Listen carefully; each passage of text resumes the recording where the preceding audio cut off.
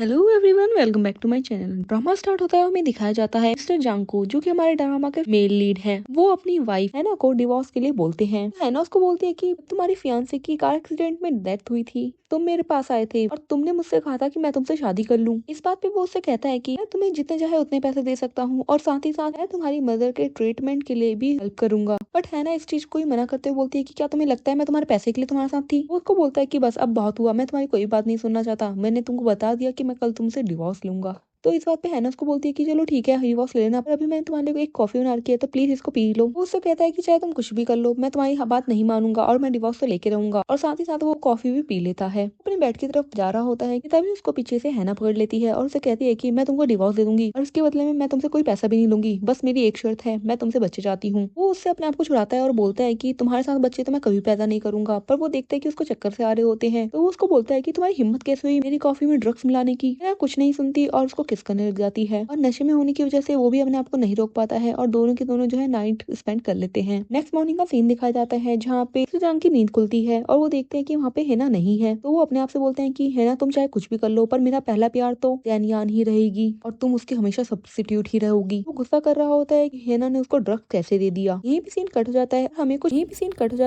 कुछ महीनों पहले का सीन दिखाया जाता है। यहाँ पर हैना अपनी गाड़ी में और जेंग येन जो है अपनी गाड़ी में जा रहे होते हैं और उन दोनों गाड़ी का एक्सीडेंट हो जाता है। उस एक्सीडेंट में जेन यान की मौत हो जाती है।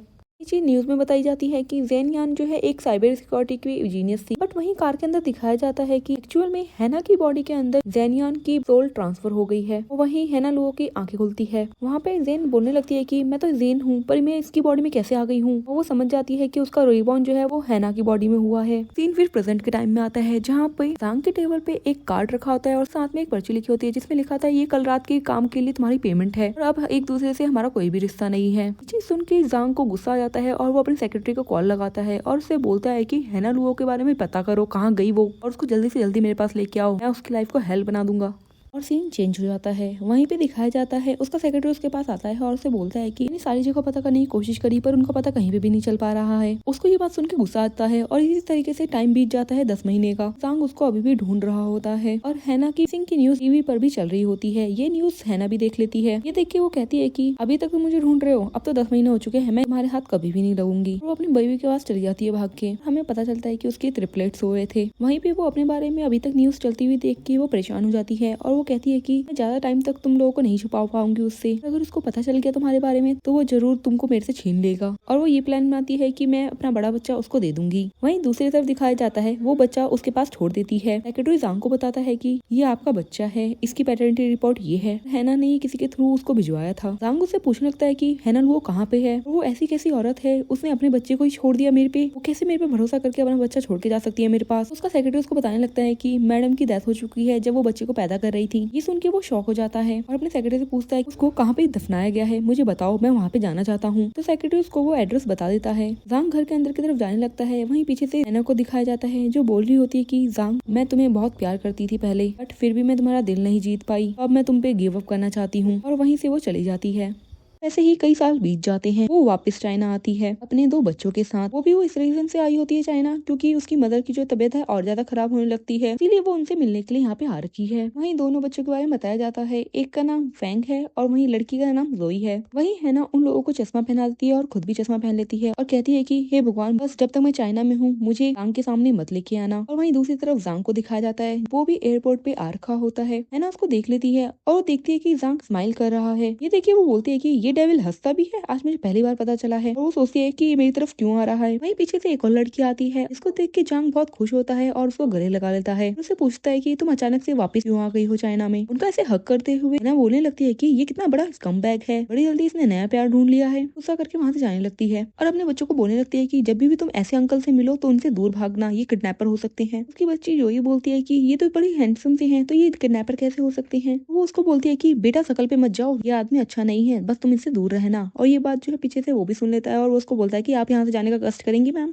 तो है ना वहाँ से अपने बच्चों को लेके चली जाती है। बाहर आते समय उसका बच्चा उसको बोलता है कि मदर वो तो बिल्कुल मेरी जैसे दिख रहे थे। बोलती है कि तुम्हें गलतफहमी हो गई है तो यहाँ से चलो, और वो उसको लेके चली जाती है। दूसरी तरफ जैंग को दिखाया जाता है, उसके साथ में जो लड़की थी वो उसकी सिस्टर होती है और वो उससे बोलती है कि अभी लड़की गई वो क्या तुम्हें हैना की तरह नहीं लग रही थी। अपनी सिस्टर निंग को बोलता है कि तुम पागल हो गई हो, ऐसा हो ही नहीं सकता।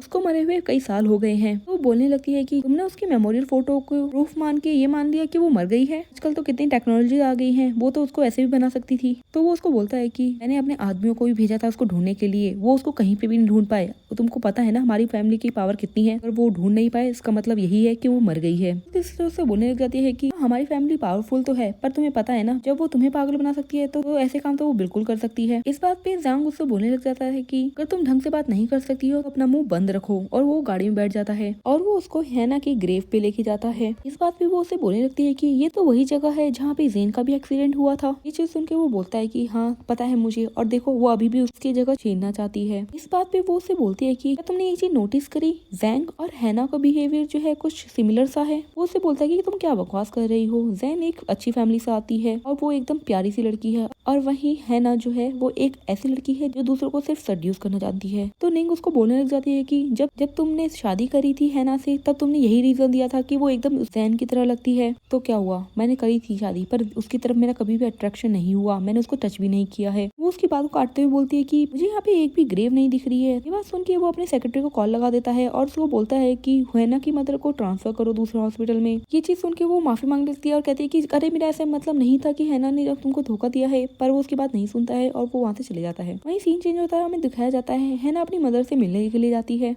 अपनी मदर से बोलती है कि मॉम देखो मैं आ गई हूँ आपके पास, इतना मैं अच्छे से डॉक्टर को बुला के आपकी बीमारी दूर करने की कोशिश करूंगी, और हाँ इस बार तो मैं अपने बच्चे को भी वापस लेके जाऊंगी। हैना की मदर भी उससे ये बोलने लगती है कि हाँ मैं अपने बच्चे को वापस लेना ही होगा जांग से। वो अपनी मदर को बताने लगती है कि हाँ मैं इस बार जरूर लेके जाऊंगी उसको वापस। और वो कहती है कि मैंने जांग फैमिली में नीट की जॉब के लिए अप्लाई कर दिया है, मैं सेलेक्ट भी हो गई हूँ और मुझे कल से वर्क पे जाना है। वो अपनी मदर से बोलती है कि मैं आपसे बाद में मिलने आऊंगी, यहाँ पे आना सेफ नहीं है क्योंकि जांग ने बहुत सारे गार्ड्स लगा रखे हैं यहाँ पे, और वो वहाँ से चली जाती है। तीन चीजें होता है कि जांग के घर का सीन दिखाया जाता है जहाँ पे जांग का बच्चा जिसका नाम जाओ है उसको मेड खाना खिला रही होती है और वो खाना नहीं खा रहा होता है उसके हाथ से। वो बार बार चिल्ला रहा होता है कि मैं अपनी मम्मी के हाथ से ही खाना खाऊंगा, मुझे मेरी मदर चाहिए। ये बात पीछे से हैना भी सुन लेती है और वो उसके पास आती है। वो दूसरी मेड से पूछने जाती है यंग मास्टर खाना क्यों नहीं खा रहे हैं। वो मेड उसको बताती है कि ये बच्चा तभी खाना खाता है जब मिस्टर जांग खाना बनाते हैं और किसी के हाथ से ये खाना नहीं खाता है। वो बोलती है कि लाओ एक बार मैं खिला के देखती हूँ। वो बड़े स्टाइल में बोलने लगती है कि अच्छा मैं यहाँ पे नहीं खिला पाई तो तुम यहाँ पे नई नवेली जो लड़की आई हो वो खिलाने की बात करिए। बट वो उसकी बात नहीं सुनती और जाके किचन में कुछ बना के लेके आने लगती है। मेड उसको रोकती है और कहती है कि तुमको मैंने मना किया था ना, ये तुम्हारे हाथ से नहीं खाना खाएगा, ये सिर्फ मिस्टर जांग के हाथ से ही खाना खाएंगे। है ना, उससे बोलने लगती है कि थोड़ी देर वेट करो, मैं एक बार ट्राई करना चाहती हूँ, क्या पता ये मेरे हाथ से खाना खा ले। वो उसको खाना खिलाने की कोशिश करती है, पहले वो उसको मना कर देता है। वहीं पे सीन चेंज हो जाता है, दिखाया जाता है जांग सोफे पे बैठ रखा होता है और उसने बहुत सारी ड्रिंक कर रखी होती है। उसके पास हैना आती है और उसको हैंगओवर सूप पीने के लिए कहती है। वो देखता है कि उसके सामने हैना है तो वो उसको बोलता है क्या तुम ये सच में हो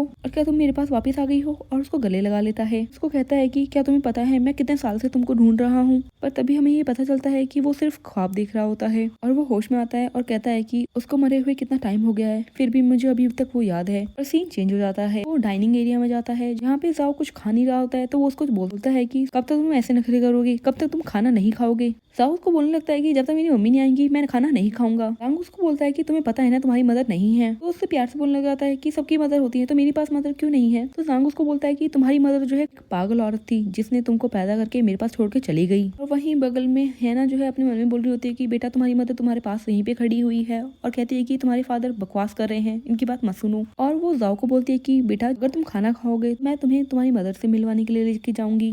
बात पे जांग उसका हाथ पकड़ लेता है और उससे कहता है कि तुम होती कौन हो ये बकवास करने वाली। उसको इग्नोर मारती है और बच्चे को बोलती है कि बेटा एक बार तो आप खा के देखो। और जाओ भी खा लेता है उसके हाथ से और उसको टेस्टी लगता है तो वो पूरा बॉल खत्म कर देता है और उसे और मांगने लगता है। ये देख के दूसरी मेट जो है चौंक जाती है और साथ ही साथ जैंग भी चौंक जाता है। और वहीं जैंग का सेक्रेटरी उसको बाहर की तरफ बुलाता है और उसको हॉस्पिटल की फुटेज दिखाता है और उससे कहता है कि हैना की मदर को आज कोई मिलने के लिए आया था। वो उसको ओके बोल के वहाँ से भेज देता है और वो हैना की तरफ देखता है। हैना वहाँ से पेट दर्द का बहाना लगा के जाने लगती है, बट वो उसको रोक देता है और उसे पूछता है कि तुम हो कौन, ये बताओ मुझे पहले। वो उसको बोलती है कि मैं बस रेगुलर मेड हूँ और कुछ भी नहीं। जांग उसके पास जाते हुए उसको डराते हुए बोलता है कि अच्छा तो तुम रेगुलर मेड हो, पर रेगुलर मेड यहाँ पे बिगर मेरी परमिशन के अंदर कैसे आ गई, और तुमने ऐसा क्या बना लिया जो मेरे बच्चे ने खा भी लिया। और उसका गला पकड़ लेता है और उसे कहता है कि मैं तुम्हारा चेहरा देखना चाहता हूँ और उसके फेस से मास्क हटा देता है। बट हैना पहले से इस चीज के लिए तैयार थी, उसने गंदा सा मेकअप कर रखा होता है फेस पे। उसका फेस दिखता है और कहता है कि पहले भी तुम जांग फैमिली से बड़ी आसानी आसानी से भाग गई थी और यहाँ तक कि मेरे सिक्योरिटी गार्ड्स को भी चकमा दे दिया था तुमने। मुझे हमेशा से लगता था कि तुम्हें अपने आप को छुपाने की कला बहुत अच्छे से आती है। और वो उसका फेस देखने लगता है। ना अपने आप को छुड़ाते हुए उससे बोलती है कि आप किस बारे में बात कर रहे हैं, मैं तो एक बस रेगुलर मेड हूँ यहाँ पे। और उसकी बात नहीं सुनता और अपने सर्वेंट्स को ऑर्डर देता है कि इसका मेकअप रिमूव करो। सर्वेंट्स उसका मेकअप रिमूव करने की कोशिश करते हैं पर वो नहीं निकलता है। तो वो जैंग से बोलते हैं कि मास्टर लगता है इसने मेकअप नहीं कर रखा है। और इस बात पे जैना फिर से बोलने लगती है कि देखा मैंने कहा था ना, मैं एक रेगुलर मेड हूँ और कोई भी नहीं। जैंग उसका फेस पकड़ता है और मेकअप टच करता है और कहता है कि अच्छा तो तुमने वाटरप्रूफ मेकअप लगा रखा है। और अपने सर्वेंट्स को ऑर्डर देता है कि वाटरप्रूफ मेकअप उतारने के लिए बेस्ट से बेस्ट रिमूवल लेके आओ। सर्वेंट्स लेके आती है और उसका मेकअप रिमूव कर देती है। और जैंग पहचान लेता है उसको और कहता है कि अच्छा तो तुम यही हो। इस बात है ना उससे बोलती है कि मैं यहीं पे हूँ, हिम्मत है मुझे मारने की तो मार के दिखाओ। जैंग उसके पास जाता है और उसे बोलता है कि चलो मुझे अब बताओ कि 5 साल पहले की चीजें मैं कैसे सेटल करूँ तुमसे। वो उससे कहती है कि मैंने तुम्हें पे किया था। तो वो उसका फेस पकड़ते हुए कहता है कि इसका मतलब है मैं तुम्हें इस बार 10 टाइम्स दे के किसी और मैन के साथ सुलवा भी सकता हूँ। तो शायद तब तुम्हें पता चलेगा कि मैंने कैसा पेन फील किया था। हैना उससे पूछने लगती है कि तुम करना क्या चाहते हो। तो वो उसका गला पकड़ लेता है और कहता है कि जो ह्यूमिलिएशन मैंने सही थी 5 साल पहले वो मैं तुमको देना चाहता हूँ, वो भी उससे 10 गुना ज्यादा। वो कुछ बोलने ही लगती है कि वो उसको धमकी देता है कि अगर तुमने कुछ और बोलने की कोशिश करी तो देख लेना क्या होगा तुम्हारे साथ। तो वो अपना मुंह बंद कर लेती है। वहीं पे जाओ आता है और वो बोलने लगता है कि आपने कहा था अगर मैं खाना खा लूंगा तो आप मेरी मदर के पास लेके जाओगी। ये सुन के जंग अपने सेक्रेटरी को बुलाता है और उसको कहता है कि जाओ को यहाँ से लेके जाओ। है ना, जाओ के पीछे जाने की कोशिश करती है बट जंग उसको पकड़ लेता है और उसको कहता है कि तुम यहाँ पे माँ का प्यार दिखाने के लिए आई हो वापिस। है ना, उससे माफी मांगने लगती है कि मैंने 5 साल पहले उसको यहाँ पे छोड़ दिया। वो उसको एक कावर्ड मूवमेंट बोलता है। वो बोलती है कि हाँ मैं अभी तक कावर्ड थी पर देखना अब मैं उसको हमारे पास से लेके चली जाऊंगी। वहीं उसके फोन में हैरी की कॉल आने लगती है तो वो उससे बोलता है कि अच्छा तो ये तुम्हारा लिटिल स्वीट हार्ट है। और वो उसका फोन पिक कर लेता है। वो जैसे कान पे लगा के कुछ सुनने वाला होता है पर है ना उससे फोन छीन लेती है और फोन कट कर देती है। वो इस बात पे उसके हाथ बांध देता है और उससे कहता है कि मैं भी देखता हूँ कि तुम्हारा लिटिल लवर कैसे तुम्हें बचा पाता है मेरे हाथों से। उसको कहती है कि अगर तुमने मुझे कुछ भी किया तो देख लेना जाओ तुमको कभी भी माफ नहीं करेगा। उसको बोलता है कि जाओ का नाम लेने की तुम्हारी हिम्मत कैसे हुई, तुमने 5 सालों में उसकी तरफ देखा भी नहीं और अब तुम उसकी माँ बनने का दिखावा कर रही हो। उसको कहती है कि मैं उसको अबंडन नहीं करना चाहती थी पर तुम्हारी वजह से ये सब काम हुआ था, पर देखो मैं अभी उसको वापस लेने के लिए आई हूँ। वहीं उसका सेक्रेटरी आकर उसको बोलता है कि मास्टर आपकी मीटिंग स्टार्ट होने वाली है तो कृपया आप जल्दी आइए। उसके मुंह पे कपड़ा लगा देता है और उसे कहता है कि मेरे को कुछ टाइम के लिए यहाँ से जाना होगा और प्रे करो तुम्हारा लिटिल लवर आके तुम्हें बचा ले। अगर मेरे वापस आने तक उसने तुमको नहीं बचा पाया तो मैं तुमको हेल में भेज दूंगा। और वो वहाँ पे फेस रिकॉग्निशन लॉक लगा के चले जाता है। वहीं पर हैरी की एंट्री होती है और वो देखता है कि मम्मी की लोकेशन तो यहीं की बता रहा है तो मतलब मम्मी यहीं पर है। और वो अपनी मदर को ढूंढने लग जाता है। वो घर के अंदर जाता है तो उसको एक मेड रोकती है और उसे कहती है कि मास्टर आप तो अभी अपने रूम में थे तो आप यहाँ पे क्या कर रहे हैं। वो उसे कहता है कि आप अपना काम कीजिए, मैं अपना काम खुद कर लूंगा। और वो वहाँ से भाग जाता है। वो जीपीएस के थ्रू उस रूम के जाने की कोशिश करता है पर वो देखता है कि लॉक नहीं खुल रहा है और वहीं पे इस रिकॉग्निशन कैमरा लगा होता है पर वो उसको खोल लेता है क्योंकि उसकी शक्ल जो है वो राव से मिलती हुई है। और वो इजीली डोर खोल के अंदर चले जाता है और अपनी मदर को बचा लेता है। और वो अपनी मदर से कहता है कि क्या आपको अंकल परेशान कर रहे हैं, मैं उसको जाके अभी देखना सबक सिखाता हूँ। अच्छा, वो उसे कहती है कि ऐसे कोई भी जरूरत नहीं है और वो कैमरा से हैरी की सारी रिकॉर्डिंग हटा देती है। वहीं थोड़ी देर बाद सेक्रेटरी को पता चलता है कि ना वहाँ से चली गई है। वो भागकर ये बात जांग को बता देता है। सुन के उसको गुस्सा आता है और वो जल्दी से घर के लिए निकलता है। घर जाके उसको पता चलता है कि जो भी हैना को लेके गया उसने डोर नहीं तोड़ा है, उसने फेशियल सर्विलेंस को ही पार करके आगे अंदर गया है। इसी सुन के वो बोलता है कि ऐसा हो ही नहीं सकता है, ये फेशियल रिकॉग्निशन सिस्टम जो है उसको या तो मैं या फिर शाओ ही ओपन कर सकता है, तो हम दोनों नहीं थे तो किसने किया। सेक्रेटरी उसको बताता है कि उसकी पैकेज स्टोरेज भी खराब कर दी गई है किसी के द्वारा। सर्वेंट आके बताती है कि यहाँ पे शाओ मास्टर आए थे। पीछे से उनका वो बोलता है कि हाँ हो सकता है उसने खोल दिया हो क्योंकि उसको उसके हाथ का सूप बड़ा पसंद आया था। कहता है कि हैना तो बड़ी तेज निकली, उसने एक ही दिन में आके मेरे बच्चे का दिल भी जीत लिया है। तो सेक्रेटरी उसको आइडिया देता है कि क्यों ना आपको नैनी बना के इस घर में लेके आ जाए। आपको तो पता ही है ना उसको अपनी फैमिली से निकाला जा चुका है और वो यहाँ पे भी आएगी तो यंग मास्टर उसको पसंद नहीं करेंगे और वो खुद ब खुद अपने आप से यहाँ से चली जाएगी। इस बात पे वो ओके बोल के उसको वहाँ पे बुला लेता है। नेक्स्ट डे का सीन दिखाया जाता है जहाँ पे हैना को बुलाया जाता है और जांग उसको एक कॉन्ट्रैक्ट पेपर देके उसको साइन करने को बोलता है। हैना मना कर देती है उस चीज के लिए। वो उसको कॉन्ट्रैक्ट देता है और उससे कहता है कि पहले लास्ट की 2 लाइन पढ़ लो फिर उसके बाद बात करना मुझसे। वो पढ़ती है और उसमें लिखा होता है कि वो हैना को जाओ से मिलने देगा। ये चीज देख के वो खुश हो जाती है। तो इस बात पे वो कहता है कि इसकी एक शर्त है, तुम मेरी परमिशन के बिना उसको नहीं बताओगी कि तुम उसकी मदर हो। इस बात पे वो गुस्सा करने लगती है तो वो बोलता है कि मेरा राइट है कि मैं उसको दिखाना चाहूँ तुम्हें या ना दिखाना चाहूँ। अगर तुम साइन करना चाहती हो तो कर लो, नहीं तो मैं तुम्हें कभी भी देखने को नहीं दूंगा जाओ को। ये चीज सुन के वो जल्दी से साइन कर देती है उसमें। नेक्स्ट डे का सीन दिखाया जाता है जहाँ पे ना जाओ से बात करने की कोशिश करती है पर वो उससे बात नहीं करता है। तो वो टेबल पे सारी पजल्स फैला देती है और उसे कहती है कि छोटे बच्चे हो, तुम मेरे को नहीं हरा सकते हो। ये बात सुन के शाओ उसके साथ आ जाता है और वो उसके साथ खेलने लग जाता है। ये चीज ऊपर से जांग भी देख लेता है और वो नीचे आता है और हैना से बोलता है कि मैं शाओ को तुम्हारे भरोसे से छोड़ के जा रहा हूँ, तो उसका ध्यान रखना। और वो वहाँ से मीटिंग के लिए चले जाता है। कुछ टाइम बाद का सीन दिखाया जाता है, एक मेड से गलती से एक बाउल टूट जाता है तो वो दोनों ही डर जाते हैं और उनमें से एक मेड कहती है कि चलो इस पे ब्लेम डाल देते हैं। और वो वहाँ पे हैना को बुला के उसको वो साफ करने के लिए बोलती है। हैना उसको साफ कर रही होती है कि तभी वहाँ पे जाओ आ जाता है और उसको धक्का मारते हुए बोलता है कि तुमने ये क्यों तोड़ा। ये टुकड़े की वजह से उसके हाथ में लग जाती है पर वो उससे पूछती है प्यार से कि तुम ऐसा क्यों कर रहे हो। वो उसको बोलता है कि ये सिर्फ एक बॉल नहीं है, ये मेरी मदर का बाउल है। हैना उसको सॉरी बोलते हुए गले लगाने की कोशिश करती है पर वो उसके गले नहीं लगता है और उससे दूर भाग जाता है। कुछ टाइम बाद का सीन दिखाया जाता है जहाँ पे हैना उस बाउल को जोड़ने की कोशिश कर रही होती है पर वहीं पे जांग आता है और उससे बोलता है कि तुम ये फालतू काम करना बंद करो, इसको मैं पहले ही फेंकने की सोच रहा था। उसको बोलती है कि क्या ये तुम जानबूझ के कर रहे हो। उससे बोलता है अपना दिमाग मत चलाओ और जब बाहर जाओ तो इसको यहाँ से फेंक देना। तो उससे क्वेश्चन करने लग जाती है और कहती है कि मैं क्यों नहीं बता सकती हूँ शाओ को कि मैं उसकी मदर हूँ। कहती है कि मैं समझ सकती हूँ कि तुम उससे नफरत करते हो, कम से कम तुम शाओ के बारे में तो सोचो। वो उसको बोलता है कि अच्छा तो तुम मुझे समझने को बोल रही हो, पर तुम उस टाइम कहाँ पे थी जब उसको तुमने छोड़ दिया था पैदा होते ही। कहती है कि मुझे पता है मैंने इतनी बड़ी गलती करी थी पिछले टाइम पे, पर मैं अब उसको वापस लेने के लिए आई हूँ, तो प्लीज मुझे उसको बताने दो कि मैं उसकी मदर हूँ। वो उसको वहाँ से निकल जाने को कहता है। हैना भी गुस्से में बाहर निकल जाती है और उसको फोन आता है। हैरी उसको बताता है कि जोई को फीवर है। वो वहाँ से जल्दी जाने लगती है। नेक्स्ट डे का सीन दिखाया जाता है जहाँ पर जांग वेट कर रहा होता है हैना का, पर वो नहीं आती। तो वो बोलता है कि इसको एक दिन हुआ है काम पे आए हुए और ये देखो अभी से लेट आने लग गई है, तुम्हारी नैनी बनने के बिल्कुल भी लायक नहीं है। और वो उससे कहता है कि बेटा मेरे को अभी किसी मीटिंग में जाना है, तो तुमको इस किंडरगार्टन में आंटी बे छोड़ देगी। उस टाइम बाद का सीन दिखाया जाता है जहाँ पे जाओ को बे छोड़ने के लिए आती है और उसको कहती है कि किंडरगार्टन में सभी के साथ अच्छे से रहना और किसी से लड़ाई मत करना। पर वो उसको कोई जवाब नहीं देता है। तो उसको कहती है कि कितने गंदे बच्चे हो तुम, कोई जवाब नहीं देते हो तुम। उसको कहती है कि तुमको पोलाइटली बात करनी चाहिए मेरे से, मैं तुम्हारी मदर बनने वाली हूँ। तो उसको बोलने लगता है कि तुम मेरी मदर नहीं हो, तो मेरी मदर बनने की कोशिश भी मत करो। वहीं दूसरा बच्चा आता है और उसको देख के बोलता है कि अरे मम्मी ये तो वही लड़का है जिसकी कोई मदर ही नहीं है। ये चीज सुन के जाओ उसको घूरने लगता है। तो वो बच्चा बोलता है कि देखो मम्मी ये मेरे को घूर रहा है। उसकी मम्मी उसको धक्का मार देती है और कहती है कि तुम्हारी हिम्मत कैसे हुई मेरे बेटे को घूरने की। इस चीज को देख के बाई खुश होती है और उसके पास बैठ के बोलती है कि अगर तुम मेरे से रिक्वेस्ट करोगे और मेरे से बैक करोगे तब मैं तुम्हारी मम्मी बनने के लिए तैयार हूँ। यहाँ पे उसको मना कर देता है और कहता है कि तुम मेरी मम्मी नहीं हो तो मैं तुम्हें अपनी मम्मी नहीं बोलूंगा। ये चीज सुन के बे कुछ नहीं बोलती और खड़ी हो जाती है, उसको इग्नोर कर देती है। बट वहीं पे पीछे से हैना आ जाती है और वो बोलने लगती है कि किसने कहा इसके पास मदर नहीं है।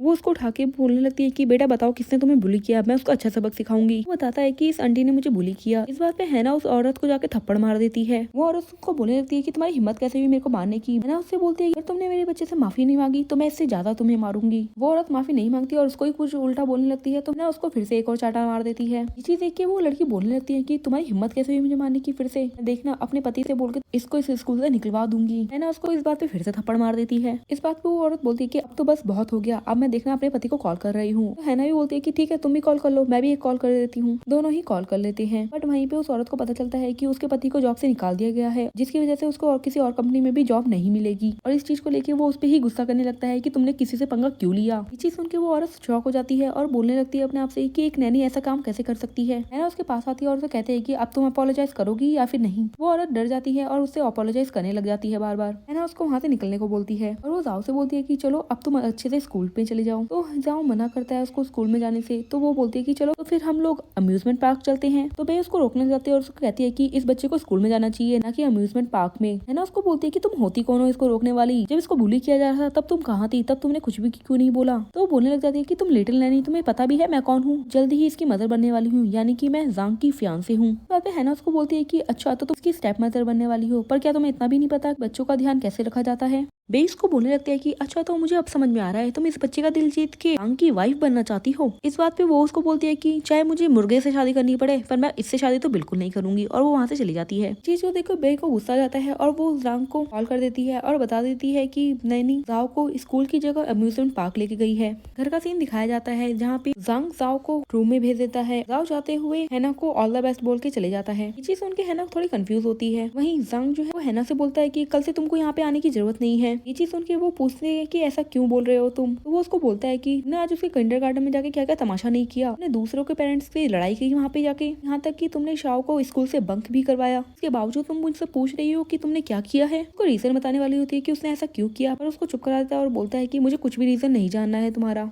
तुम्हें पता है ना एक बच्चे के लिए स्कूल जाना कितना इंपॉर्टेंट होता है, और तुम उसको स्कूल की जगह अम्यूजमेंट पार्क लेके गई। तो वो उसको बताने लगती है कि मैं उसको वहाँ पे इसलिए लेके गई क्योंकि वो स्कूल नहीं जाना चाहता था। स्कूल के दूसरे बच्चे उसके साथ फ्रेंडली नहीं है और उसको बुली करते हैं, जिसकी वजह से उसकी साइकोलॉजी पे बहुत बुरा इफेक्ट हो रहा है। तुम्हें इतना भी नहीं पता है। इस बात पे वो उसे बोलता है कि तुम होती कौन हो मुझे क्रिटिसाइज करने वाली? तुम थी जिसने उसको छोड़ दिया था पैदा होते ही, अब तुम मुझे सिखाने आई हो कि बच्चों को कैसे पालते हैं। और तुम एक गुड एग्जाम्पल की बात कर रही हो, खुद को देखो पहले, तुम एक तो टाइम से आ भी नहीं पाती हो। और उसको वार्निंग देता है कि अगर वो कल टाइम पे नहीं आई तो उसके बाद उसको आने की जरूरत नहीं है यहाँ पे। इन चेंज होता है और हैना को उसके घर पे दिखाया जाता है। वो अपने ऑफिस के लिए तैयार हो रही होती है। उसके दोनों बच्चे उसके पास आके बोलते हैं कि मम्मी आपको हमको स्कूल छोड़ने की जरूरत नहीं है, मैं अपने आप से खुद स्कूल चले जाऊंगा, और मेरे पास जीपीएस वॉच भी है, तो आप ज्यादा टेंशन मत लीजिए और अपने काम पे चले जाइए। ये बात सुन के वो मान जाती है और वो अपने काम के लिए निकल जाती है। वही हैरी अपनी बहन को बोलता है कि ये वॉच लेके किंडरगार्टन पहुंच जाओ, मैं मम्मी के वर्क प्लेस पे जा रहा हूँ ताकि मैं देख सकूँ कि वो आदमी कितना काम क्यों करवा रहा है मेरी मदर से। हैरी जांग के घर पे पहुंच जाता है, बट उसकी मदर अभी तक वहाँ पे नहीं पहुंची होती है। जांग उसको शाओ बोल के रोकता है और उसे कहता है कि तुमको अपने रूम में जाके होमवर्क करना चाहिए था, तुम यहाँ पे क्या कर रहे हो? अपने लिए शाओ सुन के वो हैरान हो जाता है कि मैं तो हैरी हूँ, तुम ये मुझे शाओ क्यों बोल रहे हैं? वो कहता है कि चलो ठीक है, मैं देखता हूँ ये मुझे ऐसा क्यों बोल रहे हैं। उसको बोलता है कि हाँ मैं जा रहा हूँ अपना काम करने के लिए, और वो वहाँ से चले जाता है। उस बच्चे को देख के वो बोलता है कि ये तो एकदम चेंज लग रहा है, इसने तो अपने हेयर स्टाइल भी चेंज कर लिया है।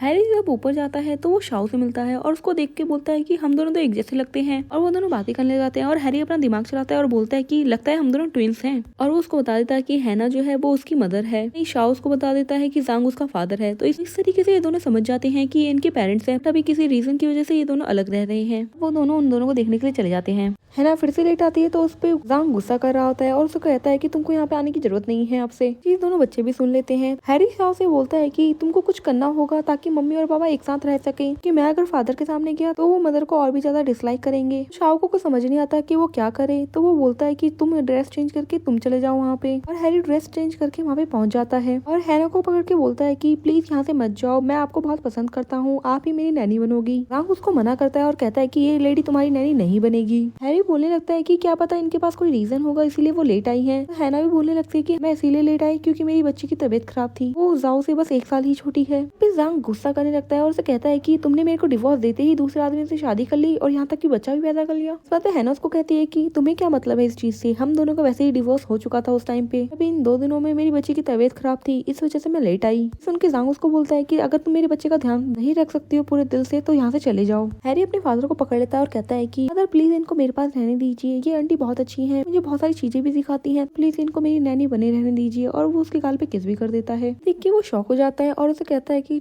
अगर तुम इतनी जिद कर रहे हो तो मैं इनको यहीं पे रहने देता हूँ। वो वहाँ से भग जाता है ये सुन के। उसके जाते ही जैंग हैना पे चिल्लाने लगता है और उसे कहता है कि तुम उसको झूठा माँ का प्यार दिखा रही हो, इससे उसकी कंडीशन खराब हो जाएगी। जैसे कि तुम देख सकती हो वो कभी चुप रहता है, कभी वो इतना लाइवली हो जाता है। अगर उसकी ये कंडीशन सही नहीं हुई तो देख लेना, मैं तुम्हें छोड़ूंगा नहीं। वो वहाँ से चले जाता है। कुछ दिन बाद का सीन दिखाया जाता है जहाँ पे शाओ अपने स्कूल में होता है और वहाँ पे दूसरे बच्चे उसको बुली कर रहे होते हैं, और हमें पता चलता है कि यहाँ पे शाओ की जगह हैरी आ रखा है उसकी जगह पे। तो वो भी बच्चों को धक्का मार देता है और उनसे बदला लेने लगता है। टीचर आके रोक देती है और उसको अपने फादर को बुलाने कहती है। वहाँ पे जांग आता है, वो उस टीचर से पूछता है कि क्या हुआ यहाँ पे, आपने मुझे क्यों बुलाया है। टीचर वहाँ पे झूठ बोल देती है और कहती है कि शाओ ने यहाँ पे दूसरे बच्चों को मारा है और उनको देखो कितनी बुरी तरीके से मुंह सजा दिया है। अपने मन में बोलती है कि इसको तो ऑटिज्म है, ये तो बोलता भी नहीं है, वैसे भी ये तो क्या ही बता पाएगा कि मैं झूठ बोल रही हूँ सच। जांग शाओ से पूछता है कि क्या ये तुमने किया है। तभी यहाँ पे शाओ बोलने लगता है नहीं मैंने ऐसा नहीं किया है, पहले इन लोगों ने मुझे बुली किया था और कहा था कि मेरे पास मदर नहीं है। तो चुप हो जाता है। तो वो बोलता है कि बेटा मुझे सारी बात बताओ, तुमको इन लोगों से डरने की जरूरत नहीं है। तो वहाँ पे शाओ बताने लगता है कि इन्होंने मुझे क्या क्या नहीं बोला। टीचर उसको रोकती है और कहती है कि तुम झूठ बोलना बंद करो। शाओ उस टीचर के बारे में भी बता देता है कि इस टीचर ने मुझे भी उल्टा सीधा कहा और जबकि मेरी गलती ना होने के बावजूद भी मुझे इन्होंने सुनाया। तो वो बोलने लग जाती है कि तुम ऐसे झूठ कैसे बोल सकते हो, और सांग से बोलने लगती है कि तुम्हारा बेटा यहाँ के लिए सूटेबल नहीं है तो इसको कहीं और लेके जाओ। सांग उसको बोलता है कि मुझे लगता है तुम यहाँ पे सूटेबल नहीं हो, तुमको यहाँ से चले जाना चाहिए। और वो अपने फोन से मैसेज डाल देता है प्रिंसिपल को। प्रिंसिपल का कॉल आता है उस टीचर के पास और उसको निकाल देता है यहाँ से। ये चीज सुन के टीचर उसे माफी मांगने लगती है। जांग उसको इग्नोर करता है और उसे बोलता है कि देखो तुमको जो भी बुली करेगा उसका हाल मैं यही करूंगा, और वो उसको लेके वहाँ से चले जाता है।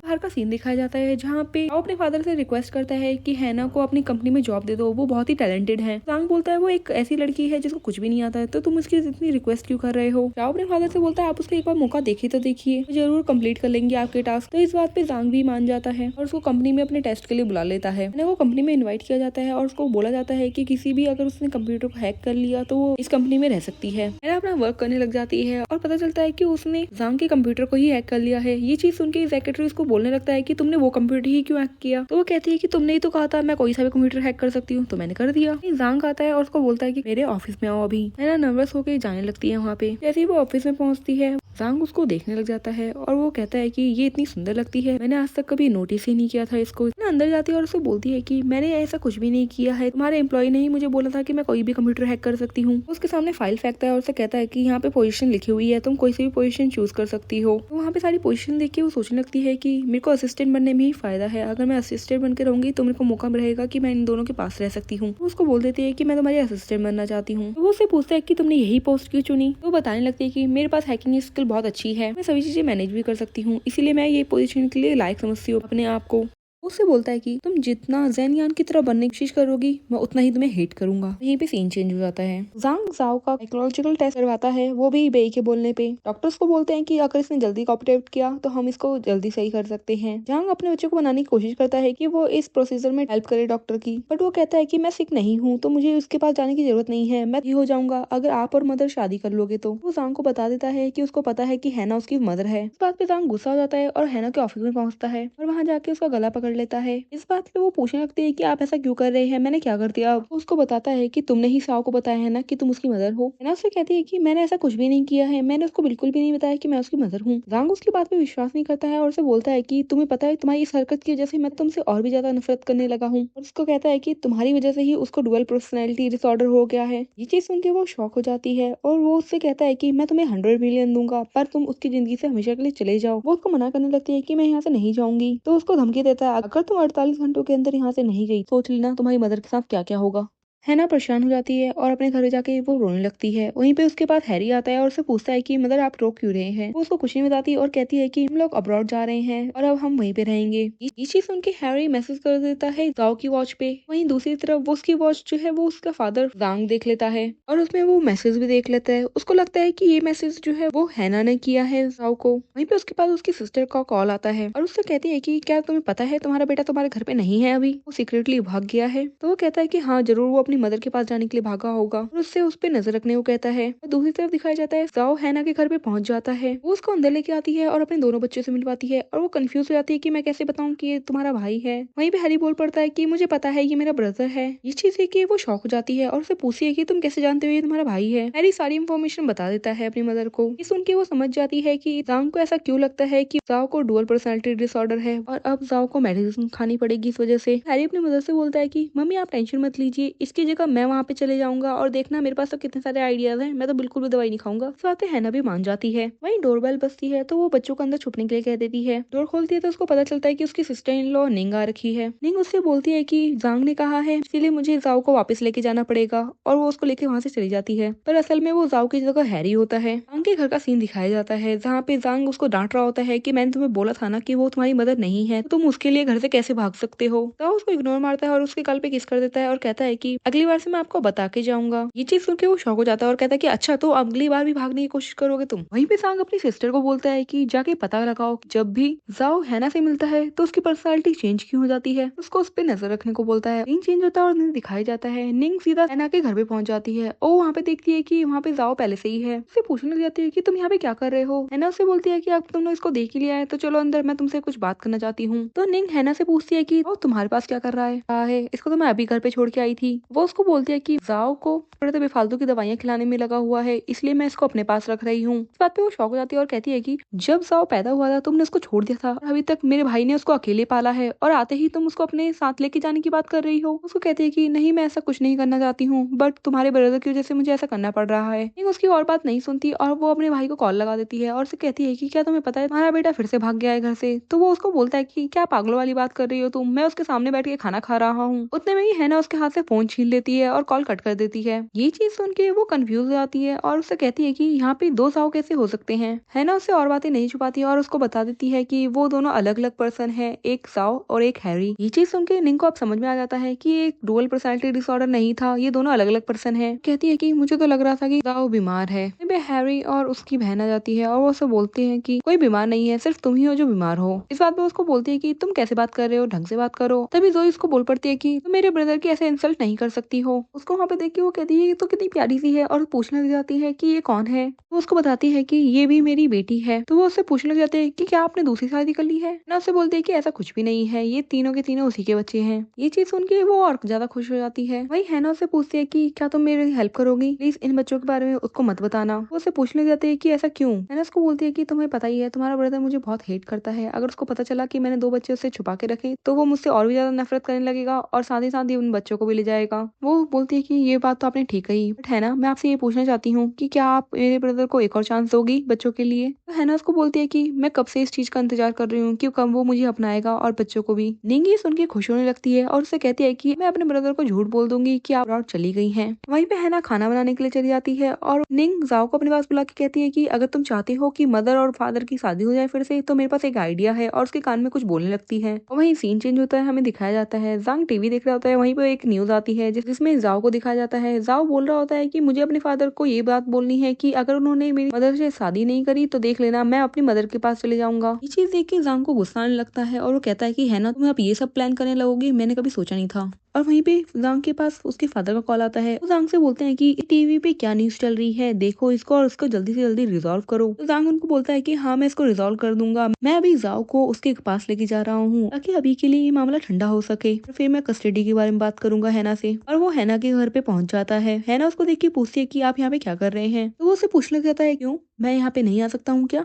है ना हैरी को अपने साथ लेके जाती है और उसे पूछती है कि ये टीवी वाला आइडिया किसने दिया तुमको। तो वो बताने लगता है कि ये आइडिया आंटी निंग का था। वो ये सुन के परेशान हो जाती है और कहती है कि अभी जाओ को तुम्हारी आंटी बाहर लेके गई है, अगर वो वापस आई और देख लिया उन दोनों ने तो पता चल जाएगा जांग को कि उसके ट्विंस हैं। और वो हैरी को बोलती है कि जाओ अपने फादर को डिस्ट्रैक्ट करो, मैं जल्दी जल्दी कॉल कर रही हूँ तुम्हारी आंटी को। बट अनफॉर्चुनेटली निंग का फोन वहीं पर होता है। जांग उसका फोन देख लेता है और कहता है कि यहाँ पे निंग का फोन क्या कर रहा है। तो वो उसको बताती है कि निंग कभी कभार मेरे से मिलने के लिए आ जाती है जब वो बोर होती है। जांग उसको बोलता है कि तुम्हें कुछ तो बात है, तुमने मेरे बच्चे का भी दिल जीत लिया और साथ ही साथ मेरी सिस्टर का भी, यहाँ तक कि तुमने मेरे बच्चे से तो ये भी करवा लिया कि वो तुम्हारे लिए अब टीवी पे भी आता है। है ना उसको बोलती है कि क्या तुम इस बात पे विश्वास करोगे कि मैंने इसको ये आइडिया नहीं दिया था कि वो टीवी पे जाए। रंग उसको बोलता है कि अगर वो तुम्हारे लिए नहीं जाएगा तो किसके लिए जाएगा। और वहीं पे आ जाती है जाओ के साथ। बट वो देख लेते हैं कि वहाँ पे जांग है तो वो अपने पीछे जाओ को छुपा लेती है और वहाँ से भाग जाती है। जांग भी उसके पीछे जाने वाला होता है पर उसको है ना रोक लेती है और उसे कहती है कि तुम क्या कह रहे थे, पहले वो बात कंप्लीट करो। यहाँ पे जांग जाओ को अंदर भेज देता है और फिर हैना से कहता है कि जाओ की कस्टडी सिर्फ मेरे पास होगी, अगर तुम इस बात से सहमत होती हो तो मैं तुम्हें बहुत सारे पैसे देने को भी तैयार हूँ। उसको कहती है कि तुम्हें क्या लगता है मैं तुम्हारे पैसे के पीछे पड़ी हूँ, बट क्या तुम्हें ये नहीं लगता कि शाओ को हम दोनों के प्यार की जरूरत है और तुम्हारे पास तो टाइम ही नहीं होता है उसको देखने के लिए, तो तुम अकेले कैसे संभाल लोगे उसको। वो बोलता है मुझे तुम्हारी जरूरत नहीं है और मैं उसके लिए बेस्ट नैनी रख सकता हूँ और वो उसके ध्यान रख लेगी। तुम्हारे पास तो इतने पैसे भी नहीं है कि तुम उनको ढंग से खाना भी खिला सको, तो तुम क्या उम्मीद कर रही हो मैं तुमको दे दूं उसको।